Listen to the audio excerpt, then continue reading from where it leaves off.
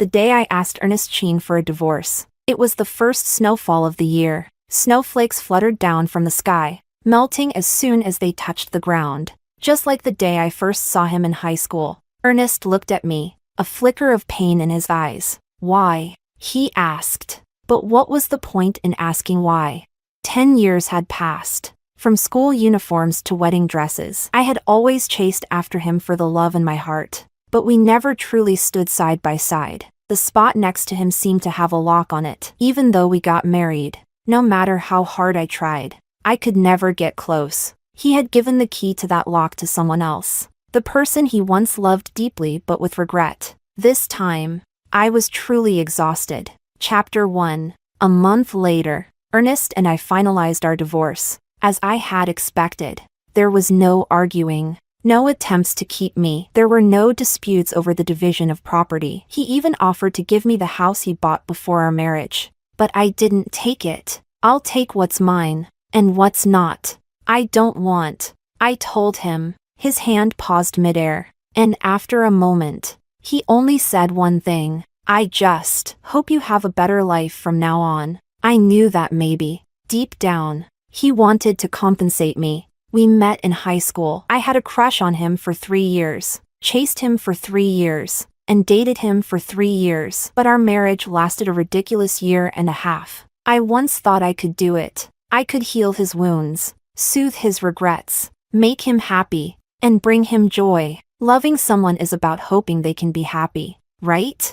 But I forgot one thing. His life's regrets do not include me. Chapter 2. The afternoon we received our divorce papers, it started snowing again, and I took a trip back to our high school. The students were just starting their winter break. I wanted to go inside and take a look around. But the security guard at the gate was a stubborn old man. Even after showing my alumni ID and offering to leave my ID card at the security office, he still wouldn't let me in. I sighed and walked to the low wall at the back gate of the school. I remembered there was a hidden dog hole there, but I wasn't sure if it was still there after all these years. To my surprise, not only was the hole still there, but it had also gotten bigger. I smiled to myself. It seemed that the current students weren't any more obedient than we were. Bending down, I crawled through the hole. The campus hadn't changed much, and it was almost empty. The snow-covered ground made it look like a secluded place, perfect for reminiscing. There was no one on the sports field. As I walked along the track, every step made a creaking sound. Looking back at the row of lonely footprints behind me, I seemed to see the me from 10 years ago. The cherry who wore a bunny-eared plush hat, stomping her feet and blowing on her hands to keep warm. The cherry who stared dreamily at Ernest on the basketball court. The cherry who fell in love with Ernest at first sight. Chapter 3. It seemed like everything started on that snowy day. If I hadn't sneaked out of the school through the dog hole during evening study to buy roasted sweet potatoes, I wouldn't have passed by the sports field on my way back. I wouldn't have been drawn by the cheers from the nearby basketball gym. And I wouldn't have met Ernest playing in a game. Back then, I was simple and bold. I skipped my first-year evening study session to watch a second-year basketball game, freezing as I stood at the entrance of the gym. After the game ended, while other girls scrambled to give Ernest warm water, I took a roasted sweet potato out of my pocket and handed it to him. He looked at me, half amused and half bemused. "Which class are you in? I don't think I know you." "First year, class 5. I said, my eyes sparkling. Cherry. Chapter 4. I fell in love with Ernest. I used all my available time to create chances to run into him. On the playground, the basketball court, in gym class, and at the water room. After a few encounters, he finally remembered me. Sweet Potato Jr.? What a coincidence. He greeted me with a smile in the water room. I nodded.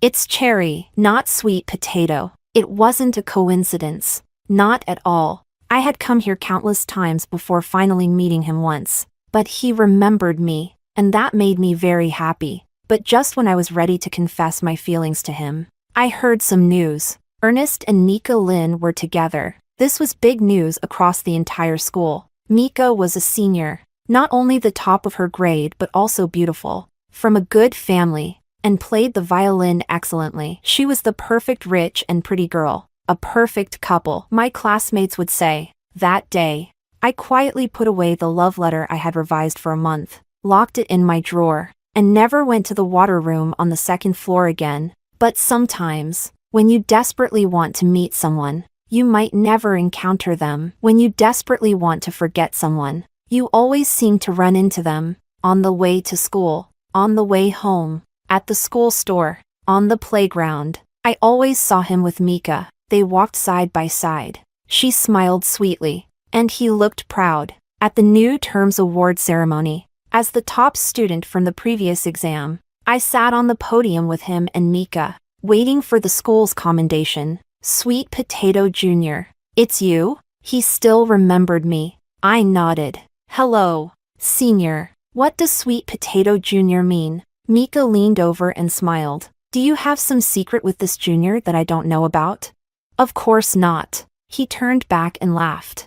We met before. Just a joke. Cherry? Mika raised her eyebrows, looking at my badge. Few who rank first in freshman year keep it up till senior year. Don't slack off. Keep it up. She tilted her head and smiled. I nodded, not knowing then that I would continue to be entangled with these two for many years. When I was in college, I heard that Earnest and Mika broke up. Earnest's university was next to mine, and he remained a prominent figure, so I learned about his situation through my gossip-loving roommate. Her boyfriend was from the neighboring university and said a guy in his class was dumped by his girlfriend. I've seen that guy. Very handsome and gentle. I can't believe someone would dump him. My boyfriend said the guy and his girlfriend were very loving, even though she was a year older than him. Like in a drama, a beautiful couple known by many at their school. But after she went abroad for a summer exchange, she suddenly wanted to break up. How is he now? I asked softly. Not well. My roommate adjusted her glasses. I heard he drinks a lot. A few days later, one night, I found Earnest in a bar near our school. His eyes were red, and he was drunk. I sat across from him, watching him in pain. Senior, take care of yourself. He stared at me blankly, then suddenly laughed. Sweet Potato Jr.? He shook his head, his eyes reddening. No, you don't understand. You've never loved someone. Don't know how painful it is to lose them. I have nothing left. I have loved. I looked into his eyes. And you are not without anything. He looked at me with dazed eyes. Anyway, he wouldn't remember. I thought, might as well fulfill my own wish. Earnest, I like you, I said. He looked at me for a long time, then suddenly smiled. Don't comfort me, Sweet Potato Jr. That night, I helped him back to his dorm. His roommate looked at me with a mix of curiosity and complexity. The next day, he came to school to thank me. Thanks for taking me back to the dorm last night. But how did you find me? He asked. I smiled. I went in to buy a drink and saw someone familiar. Turned out to be you. He smiled. I see. But how could it have been a coincidence? I searched for 12 hours, through all the bars on that street, to find him. Who would go to a bar for a drink when there's a convenience store next door?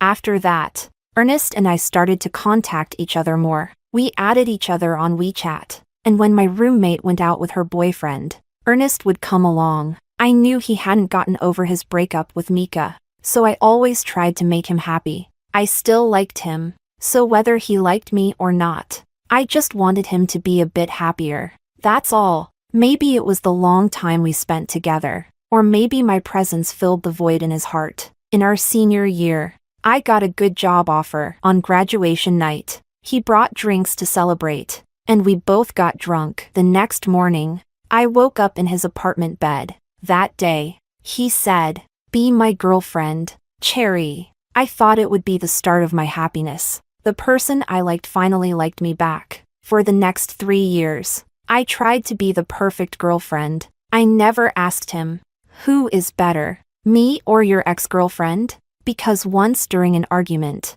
I mentioned Mika's name, and he walked out on me, ignoring me for a week. Her name became taboo. For him, I learned to cook because he had stomach problems and couldn't eat takeout. I got up an hour earlier to make his lunch. 3 years later, at Spring Festival, I took him home. My mom hinted at marriage, and he smiled and agreed but soon went out to smoke and then disappeared. My mom pulled my sleeve, asking what was going on, but I just shook my head, feeling a surge of bitterness. But I didn't expect that 2 hours later, he came back with roses and a ring, proposing to me in front of all my family and relatives. I thought we would walk together like this, get married, have children, grow old together, but I didn't expect that the day after we got our marriage certificate, Mika reappeared in our lives. Marrying Ernest wasn't the happy ending of this story, but the beginning of all the melodramatic entanglements. Chapter 5.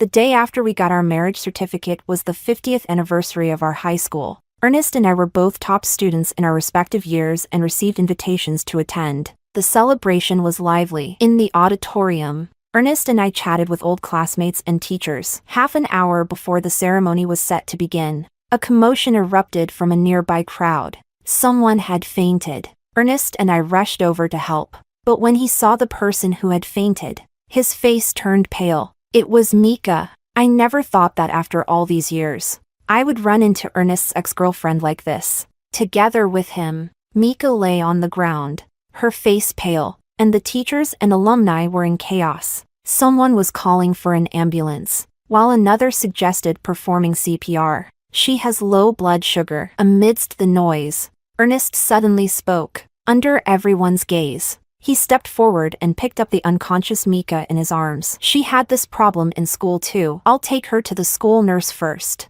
Ernest turned and walked away with Mika in his arms, and I suddenly felt like my feet were filled with lead, unable to move. It wasn't until someone gently patted me that I snapped out of it. Aren't you going to follow them? It was my old desk mate and friend. She nudged my arm and whispered, "Aren't you two married?" Those two had a thing back in the day. Don't think that just because you're married everything is fine. You have to keep an eye on men. I nodded woodenly, then finally lifted my feet and walked towards the school clinic. Chapter 6. As I approached the door of the clinic, Ernest's voice drifted out from inside. Why did you pretend to faint?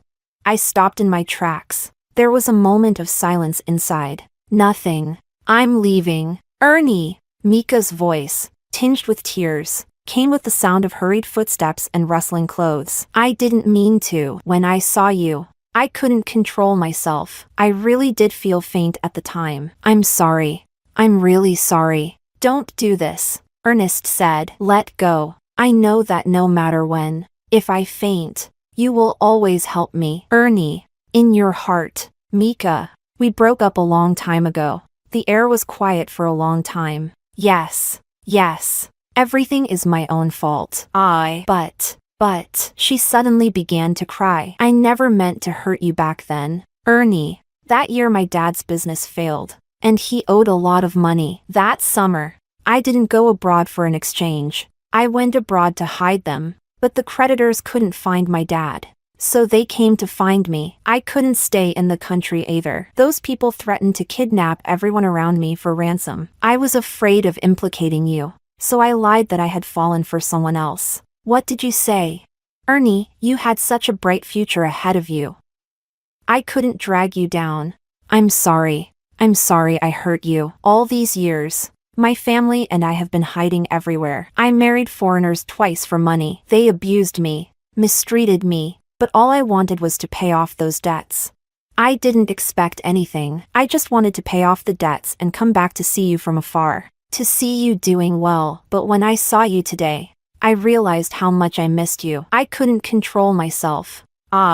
With a clatter, the cup in my hand fell to the floor. The room went silent for a moment. Then the door suddenly opened. Ernest and I locked eyes. He no longer looked like the calm person I knew. He seemed like he did the night I helped his drunken self back to his dorm. Confused, pained, uncomfortable, and maybe empathetic. Mika followed him out and, seeing me, looked slightly surprised. The three of us stood there quietly, just like the time we all went on stage to receive our awards. Mika stood on Ernest's left, while I stood on the right. After a while, Ernest broke the silence. He pulled his left arm out of Mika's grasp, took a step forward, and held my hand, introducing me to Mika. I haven't introduced you yet. This is my wife, Cherry. Chapter 7. On the way home from school, neither Ernest nor I spoke first. Deep down, I hoped he would take the initiative to explain, but he remained silent.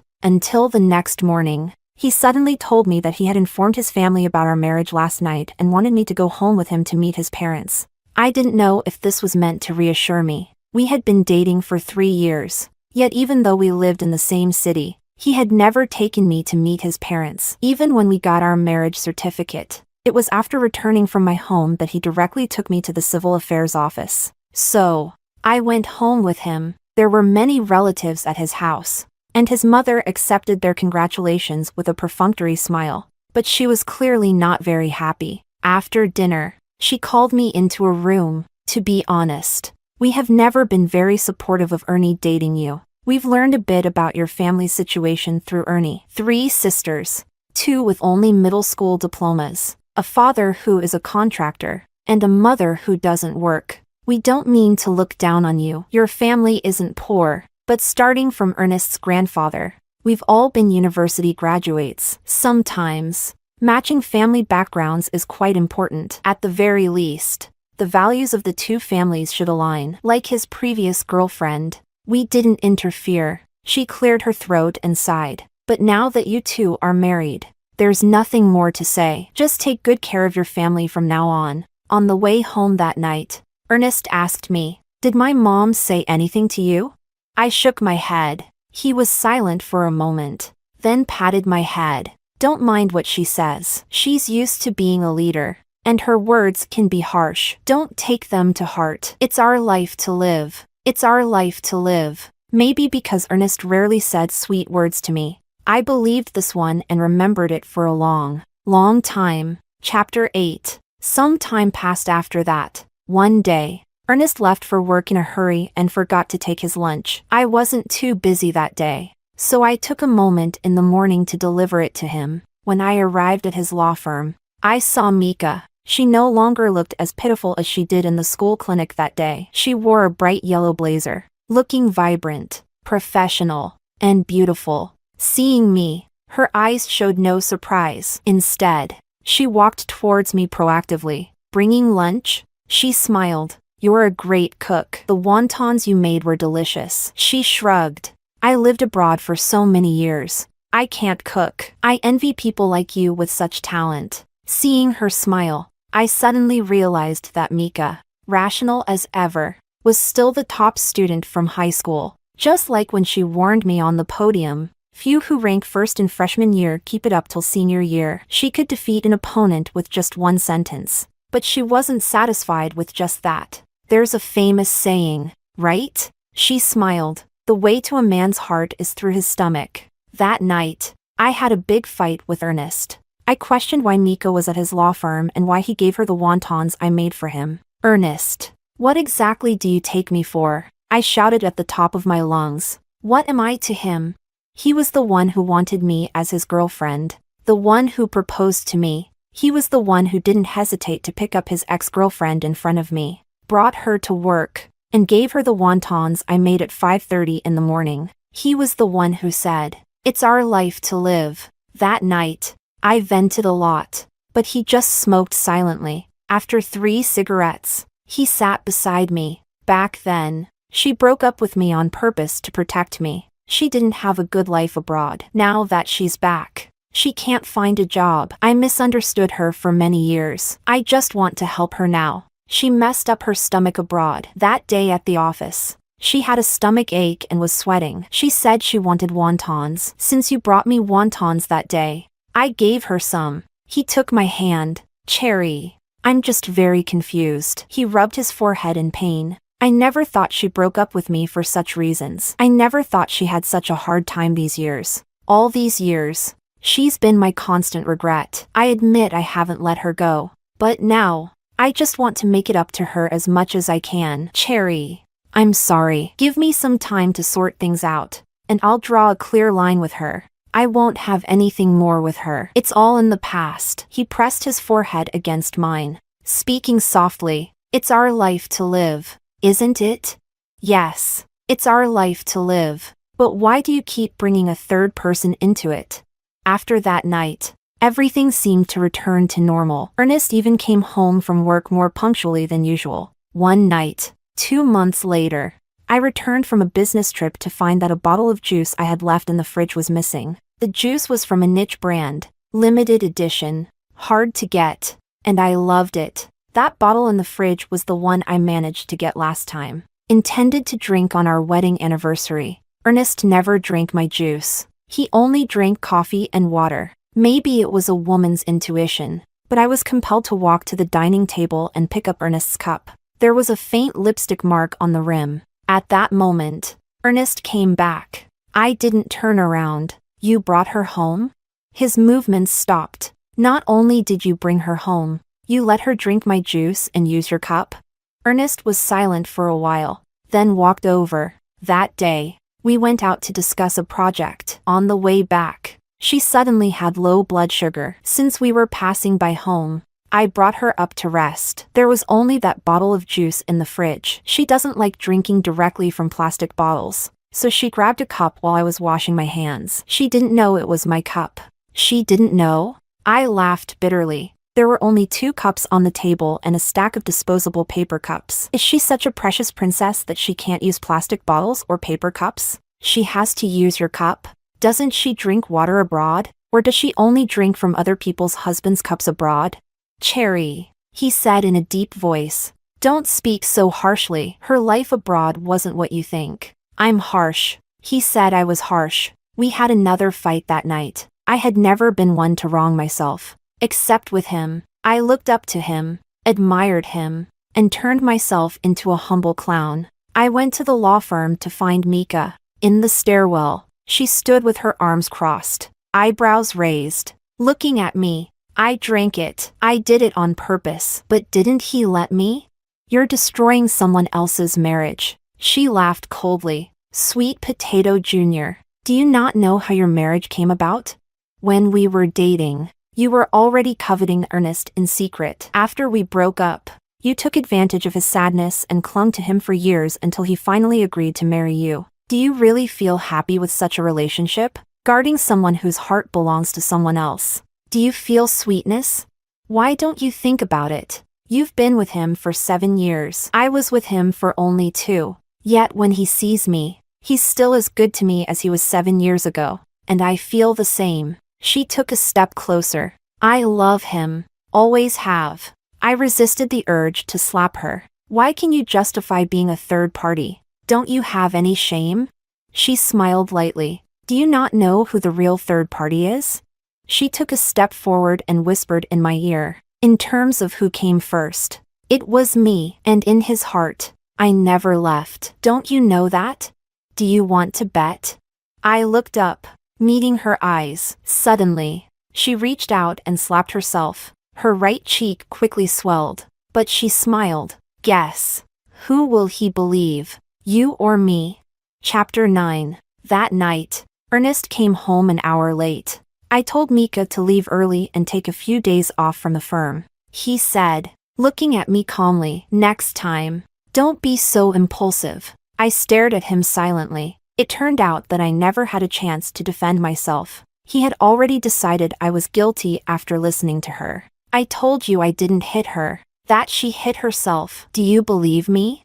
He didn't say anything, but his silence spoke volumes. I laughed. Cherry. He took my hand. Don't do this again. Don't go looking for her anymore. I shook off his hand and sneered. Why can't I look for her? Are you afraid I'll hit her again? I curled my lips. You care so much about her. Can't bear to see her hurt. But isn't it right for her to suffer a little for destroying my family? Cherry! Ernest! I yelled with all my might. He stood there, stunned. Let's get a divorce. Chapter 10. As my thoughts returned to the present, snow began to fall again. On the day I asked for a divorce, he looked at me with a pained expression and asked why. But was there any need for a why? When he chose to unconditionally believe Mika over me, when he wavered in his decision between the 3 of us, it should have ended. I was tired. I was no longer the girl who hid her emotions to make him happy. I wanted to be loved too. I wanted love to be reciprocated. To have someone care for me, to believe in me unconditionally, to love me. He asked me to be his girlfriend, asked me to marry him, but never once said I love you. He would call me Cherry, jokingly call me Sweet Potato Jr., but never once called me wife. I was really tired. I couldn't love him anymore. Looking back, the footprints we left were covered by fresh snow. Everything was quiet as if bidding farewell, pure as a new beginning. Chapter 11. 2 weeks after the divorce. I saw Earnest again. That day, I was at work when my phone suddenly rang. It was the hospital, saying that Mrs. Qin had an accident in front of my house. Are you her daughter-in-law? The old lady's phone doesn't have enough money, and she doesn't have cash. She needs various tests done, so please come over. It turned out that Mrs. Qin didn't know about my divorce from Earnest yet. She had the keys to our house and came over to deliver some beef. She got scared by a neighbor's dog as soon as she got off the elevator, fell down the stairs, and was sent to the hospital. I called Earnest, but he didn't answer. So I went to the hospital and accompanied Mrs. Qin for all the necessary tests. The results showed a fracture, and she needed to stay in the hospital for a few days. Just as I finished all the paperwork, Earnest arrived. Is everything okay? He asked, slightly out of breath. Mrs. Qin shook her head. I'm fine. Cherry took care of everything. She sighed.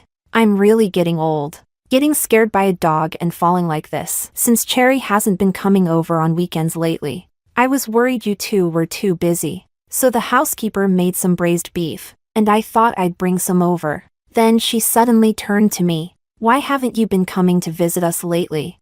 I froze for a moment. It's true, for the past year and a half, I visited every weekend. Saturdays, I would visit my mother. Sundays, I would visit Earnest's parents. If Earnest didn't have time, I would go alone. I would bring homemade wontons and dumplings and spend time playing chess and chatting with them.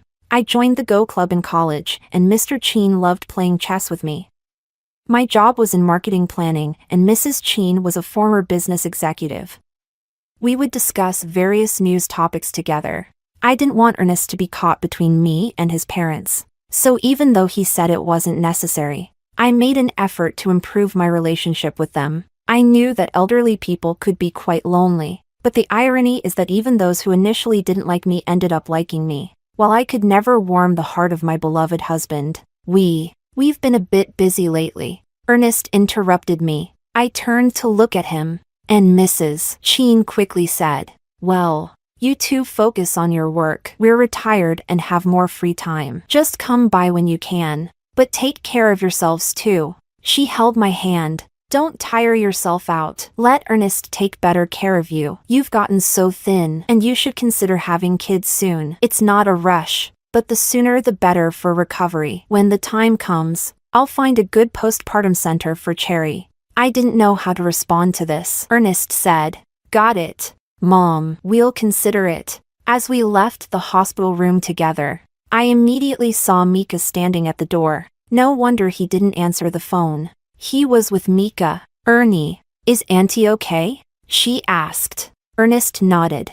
I'll go in and see her then. But Earnest stopped her. Maybe another time. My mom is tired. Mika was taken aback but quickly smiled. You're right. She needs her rest. Then she turned to me, acting like the host. Thanks for your help today, Xiao Lu. I took a stack of papers from my bag and handed them to Earnest. These are all the receipts. The x-rays are in the room. Also, I paused. It's time to tell them about our divorce. Earnest took the papers. Thanks for today, he then explained.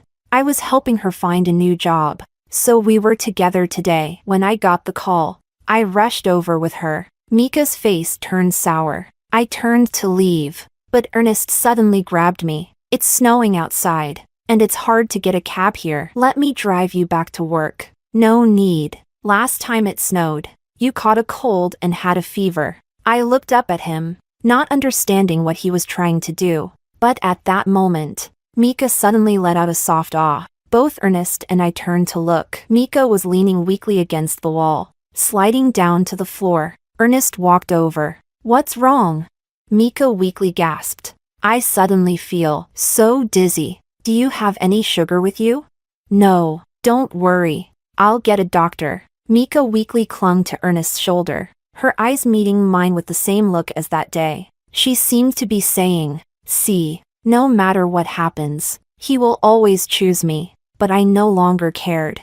I turned and left the hospital. Just as I reached the door, my sister Barbara called. Chapter 12. When I arrived at the bus station, I saw my sister. She stood among the crowd, her long curly hair covered in snowflakes, her makeup more exquisite than mine, but her face showed an exhaustion she couldn't hide. "Sis, I have nothing left." Those were her first words to me. I have two younger sisters. Griselda, the middle one, worked in a factory for a while, then got married and stayed home. But Barbara, the youngest, was naturally rebellious. She didn't like studying and always wanted to start her own business. She graduated from junior high and went to a vocational school, but dropped out before getting her diploma to work in the South with her boyfriend, Kyle. They started as restaurant waitstaff, gained some experience, and eventually opened a snack bar together. Barbara managed the day-to-day operations while Kyle handled the finances. Last year, they both came home for the holidays, boasting about their successful business and how their annual income was much higher than my salary. This year, the business expanded, and we hired a new accountant. Kyle got involved with her, manipulated the accounts, and kicked me out. She broke down, collapsing into my arms. "Sis, I never doubted him. How could he do this to me just because I didn't understand the accounts?" "Sis," I hugged her tightly, gently patting her back. "It's okay. You can stay with me for now." "I don't want to stay with you." She wiped her tears. "It's inconvenient with your husband there. I don't want to trouble you both." I stroked her hair. "It's okay. I'm not staying there anymore. I have something to tell you too." Chapter 13. Bastards. All bastards. Sitting on the bed in the rented room, my sister cried and cursed. I held her gently. No, I can't let these bastards get away with it." She suddenly broke free from my embrace, jumped off the bed, and ran to the kitchen. "What are you doing?" "I'm looking for a knife." She grabbed a knife with trembling hands. "I'm going to kill Kyle. I'm going to kill those scumbags." "Barbara." I grabbed the knife from her. "Get a grip. Are you going to ruin your precious life for a scumbag?" She stared at me blankly and then collapsed on the floor, crying. "But I can't stand it. Sis, I can't stand it. Why is it that our lives are always so hard?" "Barbara, life isn't about being hard or easy. All the results I have now, good or bad, are because of my own choices. I never believe in fate. Life is in our own hands." I knelt in front of her and gently hugged her. "You just realized early on that he was a scumbag and cut your losses in time. It's not such a bad thing. You can always make more money. And every setback is a lesson learned. You'll have many opportunities to earn money in the future. We are not alone. You have me. I have you. And we have Mom. And our other sister." She lifted her head and burst into tears. That night, she cried a lot. But the next morning, despite her swollen eyes, she put on her makeup. "Sis, you're right. No matter what, I need to take care of myself." I nodded. "How much money do you have left?" She sighed. "I managed to get back 300,000 yuan. The rest was taken by those two bastards. I'll give you some money to start a new business here." She opened her eyes wide. "What?" "In the beginning, you'll be full-time, and I'll be part-time. We'll see how it goes later." "Sis, are you serious?" "Yes." I smiled. "We'll start from scratch again. Besides, opening my own shop has always been my dream. But I have one condition. At the beginning, I'll handle the accounts. But you need to learn too. You can't just sit back and do nothing." She was silent for a moment and then hugged me tightly. "Thank you, sis." Chapter 14. After discussing it, we decided to open a skewer's shop, choosing the location, paying the rent, getting all the licenses, decorating. After going through all the processes, the shop was finally ready to open, but the first day was a bit quiet. My sister said it was normal. As long as the food was good and the service was excellent, we would slowly get repeat customers. That night, as we stood at the cash register counting the first day's revenue, a man walked in. "Excuse me, do you sell skewers here?" I looked up and saw a quite handsome man wearing a baseball jacket and carrying a black laptop bag. He looked like a university student. Yes. My sister quickly went to greet him. After ordering, he sat down and opened his laptop on the table. Sis, my sister whispered to me, does he think this is a cafe? It doesn't matter. I smiled. The table is empty anyway. With only him as a customer, my sister and I continued counting the revenue and discussing future business strategies. Suddenly, a pleasant male voice interrupted. Have you considered an online model? We both looked at him in surprise. He smiled apologetically. Sorry, I didn't mean to eavesdrop, but it's really quiet in here. So, I'm a programmer and just developed a food app. If you're interested, I could create a small promotion program for you. I walked over. What's your name, sir? He stood up and shook my hand. Richard. My sister walked over. How old are you? A student? 28. Wow, my sister exclaimed. You look so young. I thought for a moment and asked, but why are you interested in helping us create an app when there are so many shops on the street?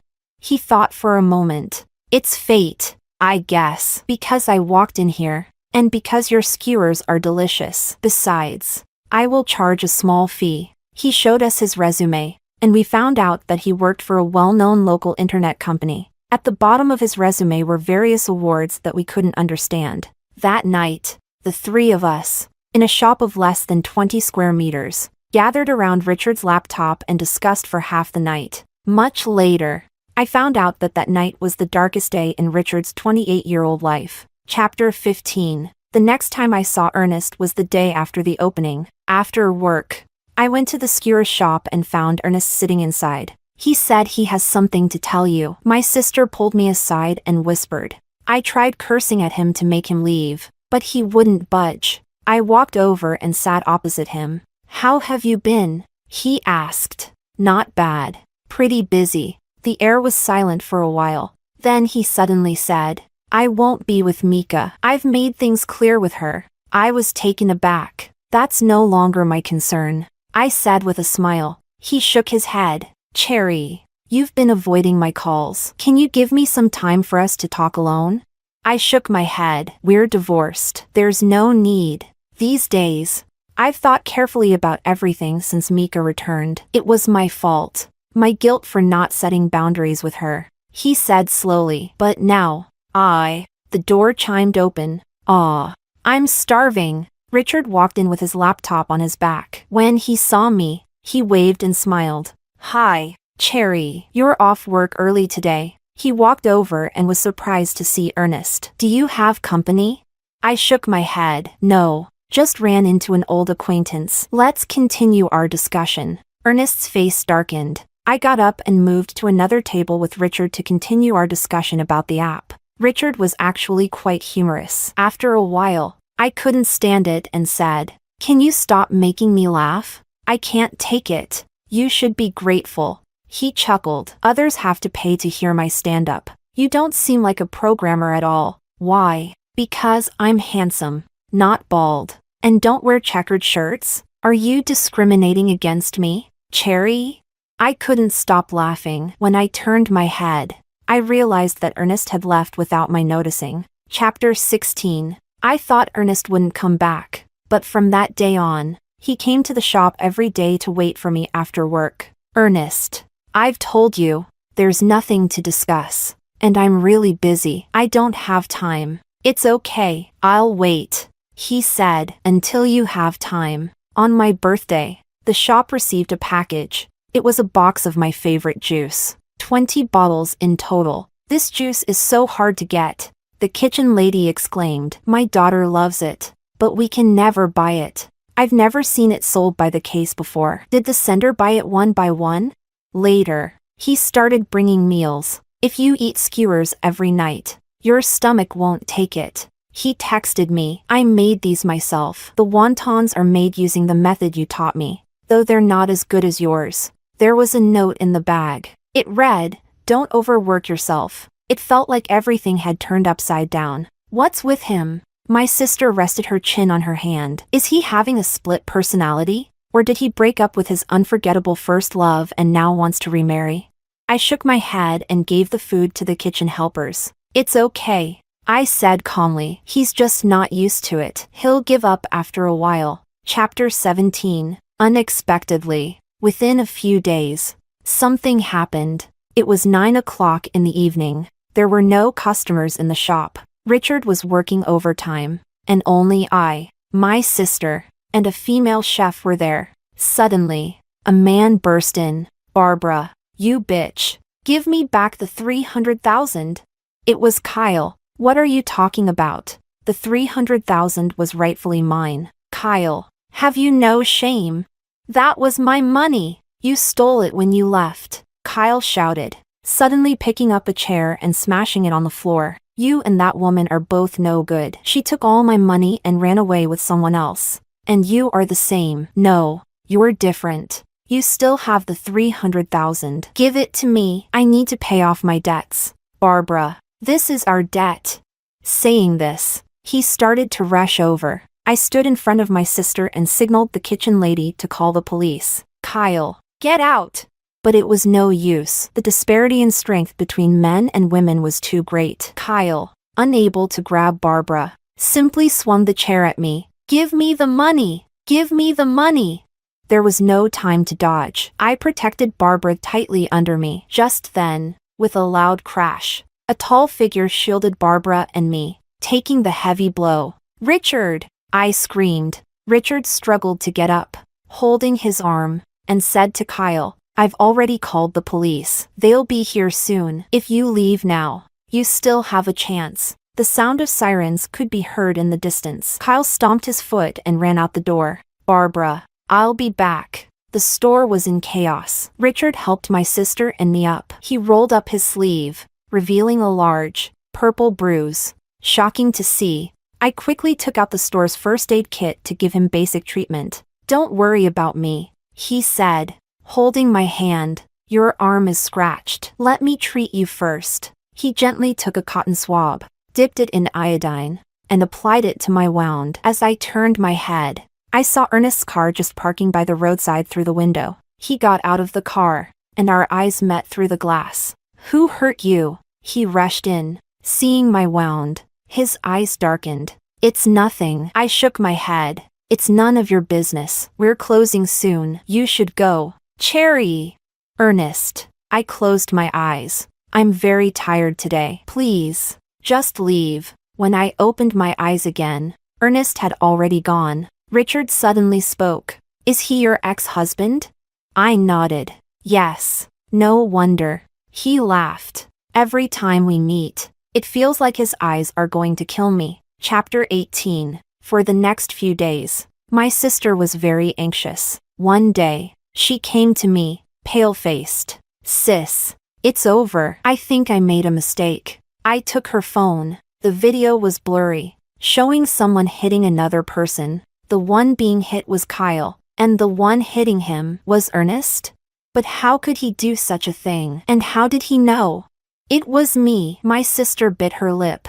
You weren't answering your phone, so he came to ask me. I told him without thinking. What should we do? Kyle sent a video saying we should get Ernest to give him 300,000, or he would make the video public and ruin Ernest's career as a lawyer. I shook my head. Ernest wouldn't act so recklessly. Don't reply to him yet. I'll go find Ernest. I took the video and went to Ernest's law office. Did you hit Kyle? I asked him. He said yes. There were still marks on his face. You have a way to protect yourself, right? He paused and asked. Cherry, are you worried about me?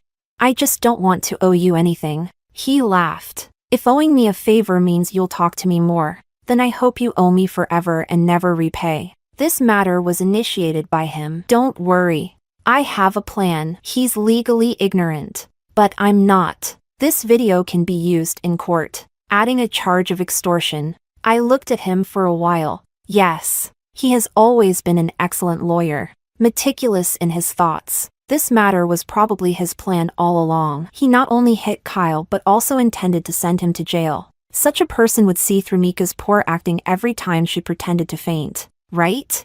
Indeed, perhaps only love can blind someone. Ernest, you don't need to go to such lengths for me. He shook his head. Besides you, no one else is worth it. Chapter 19. Later. Kyle never came back and never sent any more harassing messages to my sister. The night Ernest came to the shop, my sister let the chef leave early and took Richard out with her. It was just the two of us left in the shop.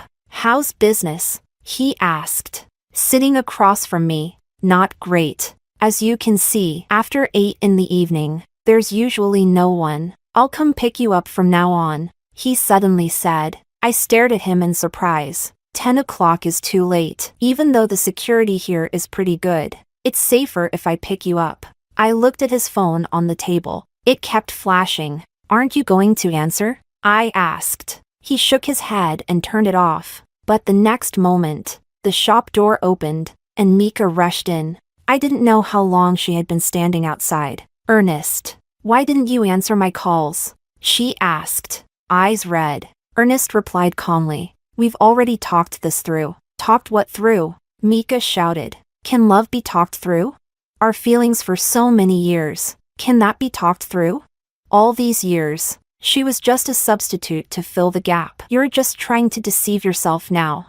She then looked at me. Do you think he likes you? That he regrets divorcing you?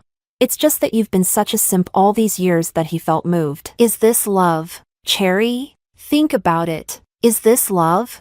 What is love? After all these years apart, he still can't help but care for me, protect me. That's love. And you are just. Slap.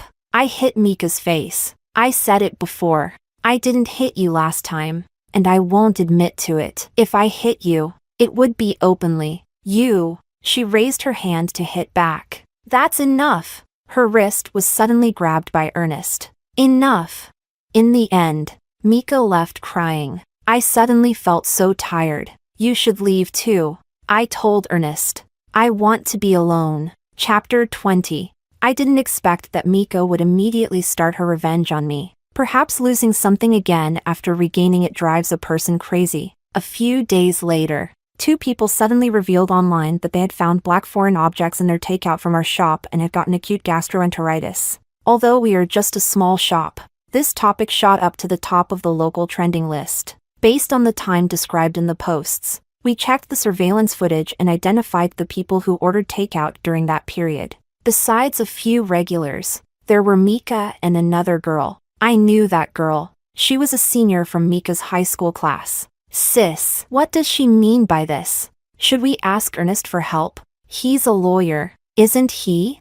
I shook my head. Mika isn't stupid. She could have hired someone to do this without exposing herself. But she chose to come personally. It was like a declaration of war. Cherry. Yes. It was me. Let's see whose side Ernest will take. Chapter 21. I didn't go to Ernest. Instead, I went to find that senior with Richard and my sister. There's no point in talking to me, she said, opening the door slightly. Your food has safety issues. If you don't apologize and compensate, I won't delete the posts. A baby's cry came from inside the house. Sorry. I need to feed my baby. She started to close the door, and through the gap, I saw a can of formula on the table. Senior, are you breastfeeding? I asked. She hesitated but answered.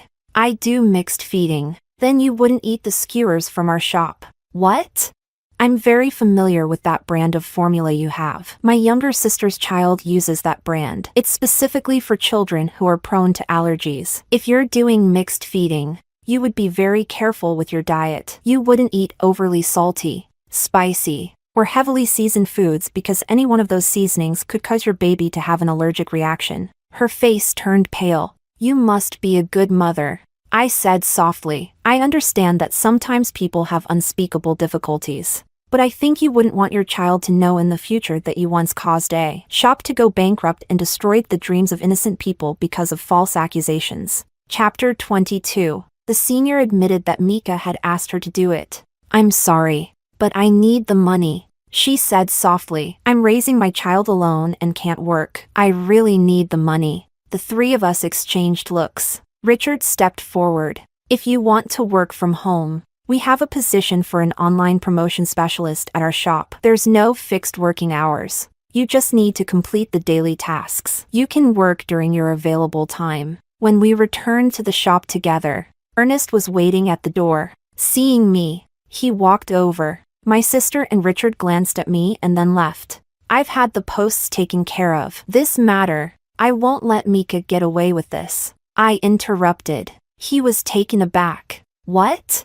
Ernest, I know why you're here. You know this involves Mika, and you want me to let it go, right? I shook my head. The senior has agreed to post a clarification, and our official account will also post about the incident's details. Mika isn't a child. She's an adult. Adults have to take responsibility for their actions. The damage of online harassment is terrifying. One person, together with another, fabricating lies, can ruin all our hard work. I stared into Ernest's eyes. This shop isn't just mine. It's Barbara's and Richard's too. You've met Barbara's boyfriend, and you know what she's been through. Do you know she wakes up at 4:30 every morning for this shop? Do you know Richard often works late into the night? I won't let her petty grievances ruin our hard-earned success. Until Mika publicly apologizes to us, like the senior did, we will not forgive or delete the posts. You can use your lawyer resources to help her, but we will not back down. The air was quiet for a long time. Ernest stepped forward lightly. I'm not here to ask for your forgiveness for her, he said softly. She made a mistake and should face the consequences. I paused. If that's what you think, then thank you. If there's nothing else, I'll be going. Can't I just be here to care for you? He suddenly grabbed me. I just want to help you resolve this matter quickly. I don't need your help. We will handle it, I said softly. Cherry. Ernest, stop this. I shook off his hand. You're acting like a regretful jerk after a divorce. I am, he said. What? A regretful jerk after the divorce. I stared at him for a long while and suddenly laughed, tears streaming down my face. What are you talking about? Are you going to tell me that after our divorce, you realized you couldn't live without me? That you love me? That I'm your true love? I couldn't stop laughing, and tears ran down my cheeks. It was really funny. Yes, he said, looking at me intently. I love you.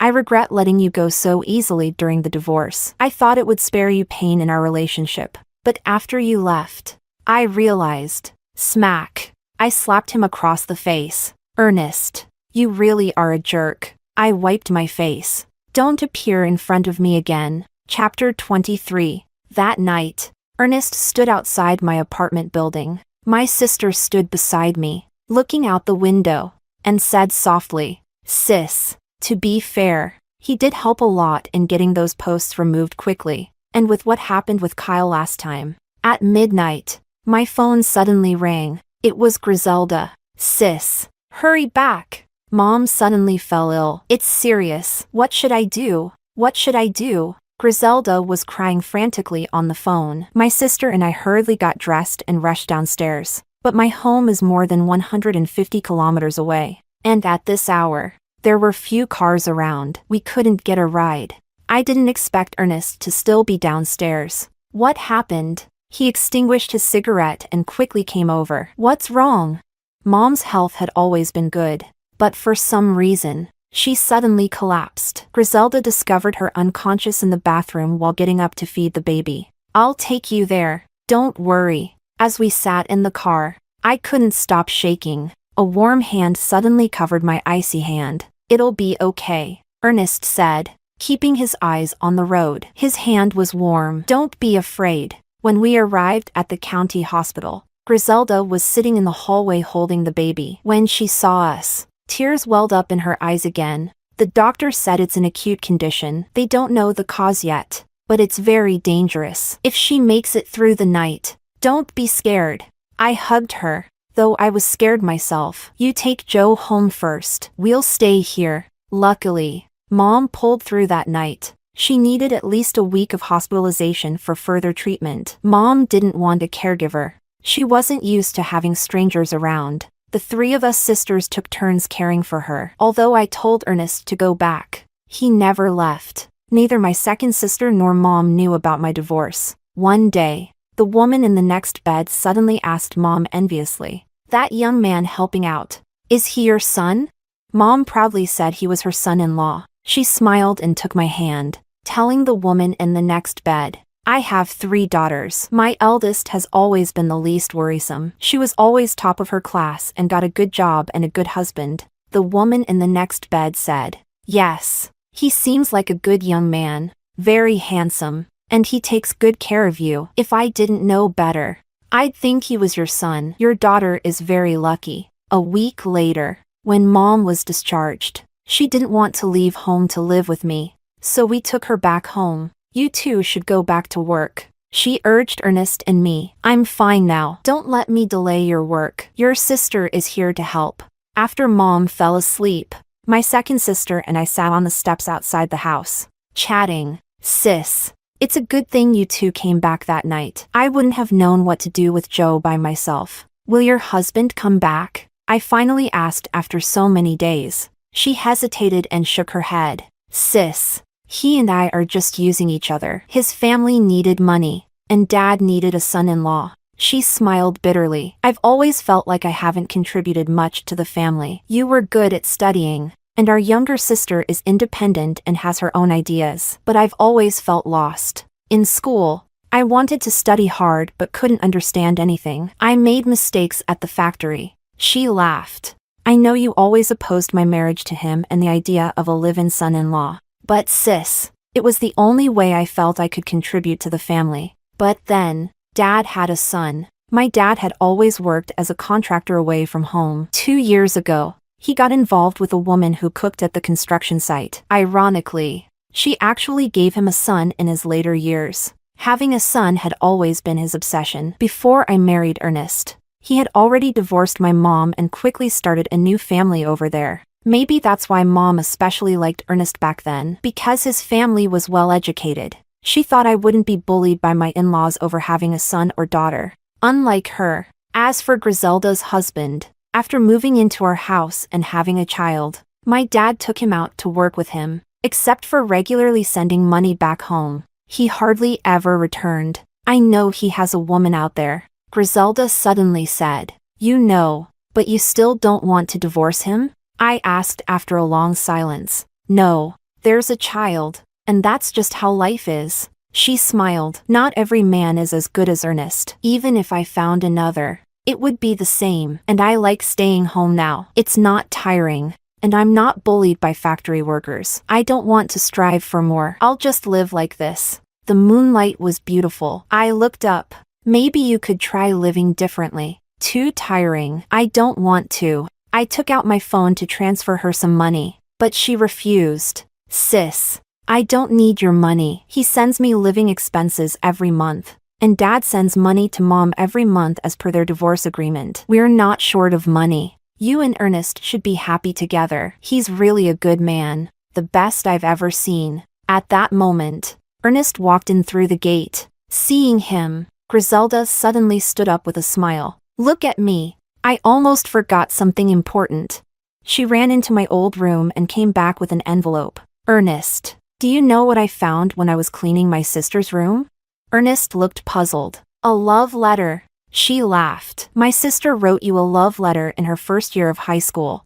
It was indeed that love letter, the one I wrote in my naive youth, admiring him from afar, but never sent. Ernest took the letter, and his hands seemed to tremble. "I also know my sister's little secret. Back then, she tried to create chances to run into you by going to the second-floor water room to fetch water every day. But she never told me if she succeeded. So, did she ever meet you there?" Ernest, holding the letter, seemed to be trembling all over. "Yes," he said. "We met there several times." Griselda laughed and then suddenly hugged me. "Sis," she whispered in my ear. "I'm sorry. I did it on purpose. I wanted him to cherish you more. Sis, you must be happy. Always happy." I gently hugged her back, feeling a sting in my eyes. Chapter 24. On the way back, my sister suddenly said she was too tired and wanted to stay at home for a few days before returning. The 3 of them watched as Ernest and I got into his car together. As the car drove away, I said to Ernest, "Drop me off at the next long-distance bus station." He was silent for a moment. "Do I not even have the right to give you a ride anymore?" At that moment, my phone buzzed with a message. It was from my sister. Our second sister is very sensitive. She's known for a while now. She did all that to get you to reconcile. Sis, I used to hate him too, for letting you down. But now that I think about it, Earnest is much better than Kyle. Are there perfect people in this world?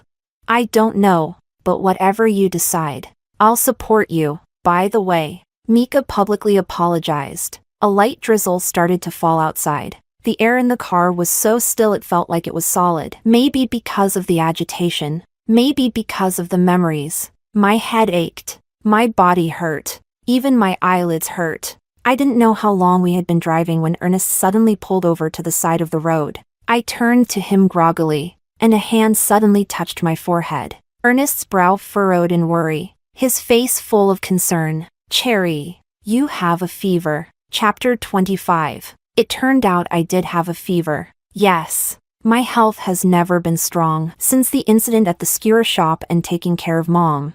How many nights have I barely slept? I can't quite remember. In my haziness, Ernest seemed to have taken me to the hospital. It felt like all my strength had been drained. I only knew I was being carried and put down, then carried again. People around me were talking, and a nurse seemed to be giving me an injection, asking Ernest, "Are you her family?"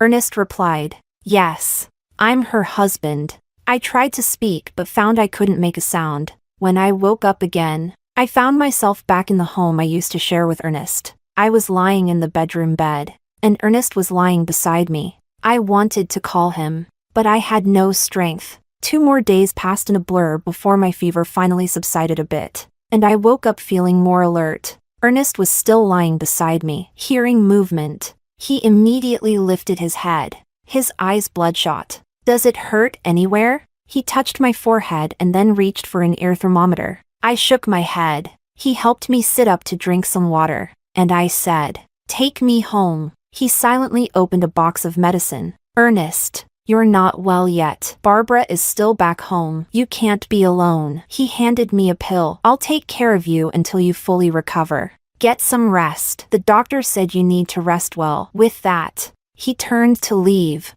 "Have you not slept for 3 nights?" I asked. He paused but didn't turn around. "No, I slept. Your eyes are bloodshot. And your eyelids are wrinkled. Over the years, this only happens when you stay up several nights in a row," I said softly. He froze. The next second, he suddenly rushed over and hugged me tightly. My neck felt a small patch of dampness. After a long time, I heard him say, "Honey, please come back, okay?" I was silent for a moment, then said softly, "Ernest, you're just not used to me not being around." "No." He cupped my face and kissed me desperately. "I love you. I really love you, Ernest." I pushed him away with effort. "Don't do this." He pressed his forehead to mine. I'm sorry, but I really don't know what to do." "Cherry." He stroked my hair repeatedly, his voice pained. "We love each other. Love. I did love him before. Even now, everyone tells me he's good, that we should get back together. If he had told me I love you back then, how happy I would have been. I should be happy. Why? Why does my heart feel like it's filled with countless needles? Blocking it? Calm. Yet it hurts.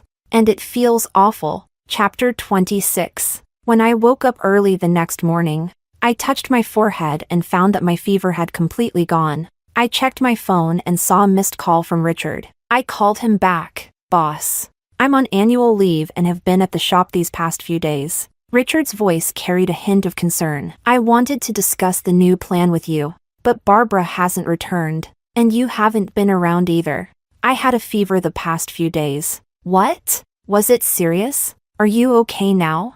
"I'm fine. All better now." I smiled. "I'll come by the shop today to see you." As I put down the phone and turned around, I saw Ernest standing in the bedroom doorway, wearing an apron. After a moment of silence, I spoke first. "I'll be leaving soon." He was quiet for a moment, then walked over and gently touched my forehead. I slightly recoiled. His hand froze in midair.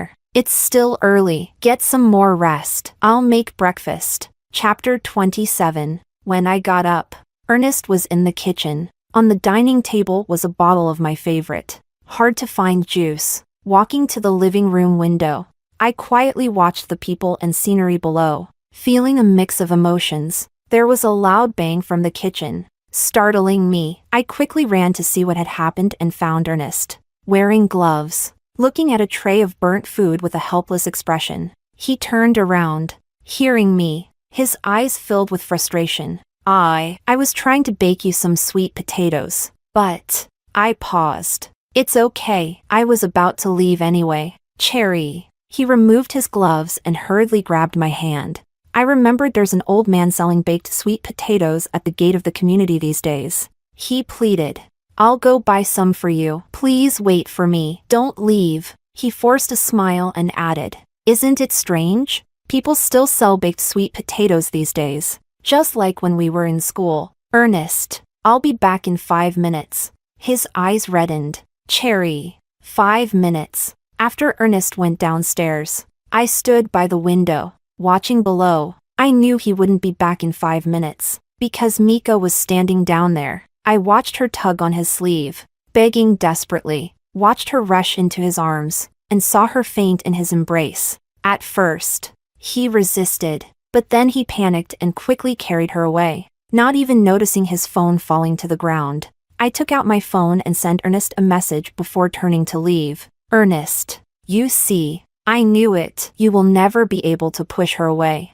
even if, as you said, you might have already fallen for me, truly fallen in love with me. You still can't push her away. When I agreed to let you go downstairs to buy sweet potatoes, I had already anticipated this outcome. This is why I will never be with you again. Chapter 28. After leaving Ernest's place, I first went home to organize the materials I had prepared to discuss with Richard. By the time I arrived at the skewer shop, it was already evening. I stood outside the shop, looking through the window and saw Richard sitting at a table by the window, resting his chin on his hand while watching the screen. He had attracted the attention of several passing girls who were taking pictures of him. I knocked on the glass. He turned his head in surprise, but when he saw me, his surprise turned into joy. Once inside, I sat across from him. I thought you weren't going to come, he said. I smiled. Why wouldn't I? I promised you, didn't I?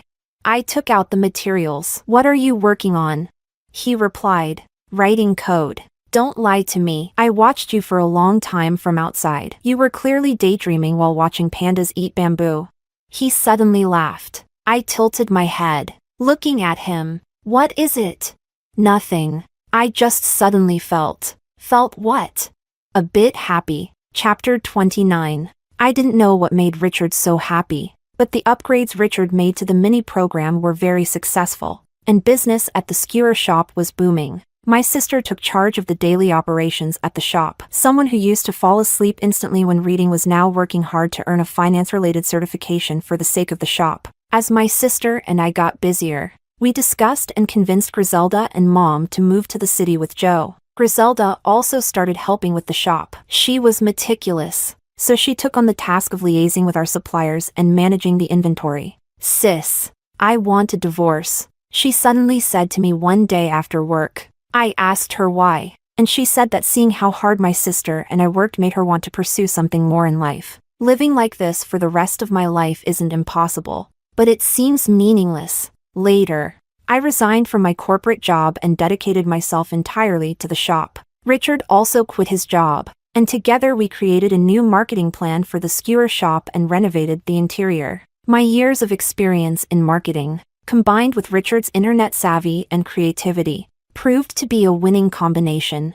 The skewer shop became a hotspot, attracting daily crowds and many influencers. Soon, we opened a second branch. We encountered various difficulties along the way, but we overcame them together. On the opening day of our 5th branch, Richard and I sat in Riverside Park, drinking beer and looking at the dark river. When I first came to your skewer shop, it was the lowest point of my life. My work of 3 years was deliberately stolen by someone else, who then received awards, promotions, and raises for my efforts. He took a sip of beer and laughed. I was a golden child growing up, but entering the workforce showed me how cruel the world can be. The company didn't protect me for the sake of profit, and my boss told me to endure it. I walked along the river with my laptop, thinking about my once promising future, with countless thoughts flashing through my mind, both good and bad. Then, I found myself at your skewer shop, wanting to eat something I didn't expect. He looked up, laughing wistfully, that this decision would change the rest of my life. We clinked glasses. Indeed, this small shop changed not only Richard's life but also many others. Programmer, we have 5 shops now. Don't overwork yourself. Take care of your hair. I teased him. He snorted lightly. Don't worry, I'll always be the programmer with the most hair and the best looks. That night, we sat by the river for a long time. Later, I got sleepy and dozed off on his shoulder. He took off his coat and draped it over me. In the cool river breeze,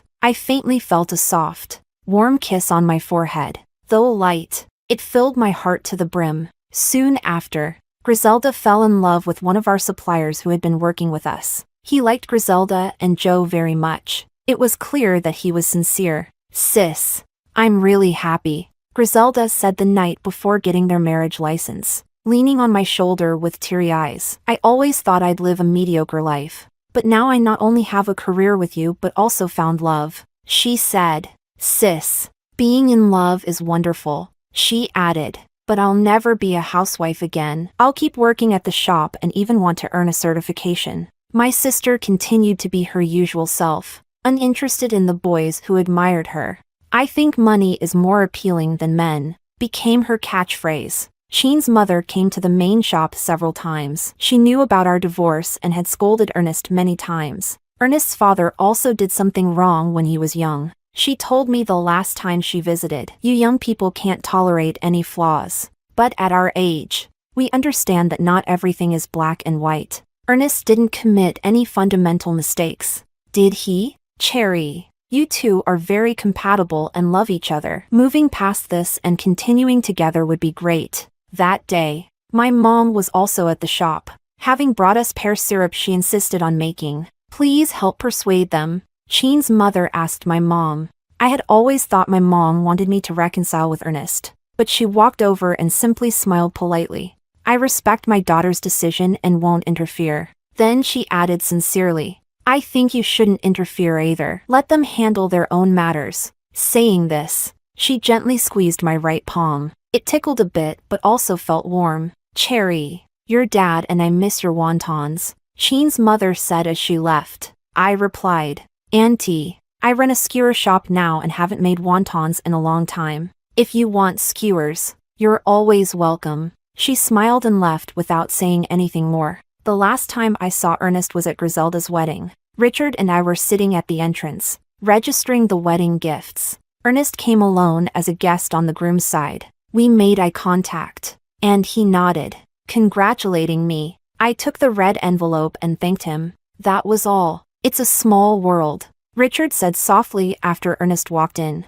Does it bother you? I asked him seriously. He shook his head and smiled. I'm not petty about people from the past. After the wedding, I was playing with Joe and the balloons on the wedding stage when I looked up and saw Earnest. He stood alone at the entrance of the hall, staring blankly in our direction, not having left yet. At that moment, my phone rang. It was Richard. I looked at him standing just a meter away and gave him a puzzled look. He raised his eyebrows slightly, unable to hide his smile. I unlocked my phone to find he had sent me the monthly revenue and order volume. We broke the record again. I think we can open a few more branches, he said, walking up to the stage with a smile. The lights on the stage were dazzling. This moment belonged to us. I smiled back. Okay,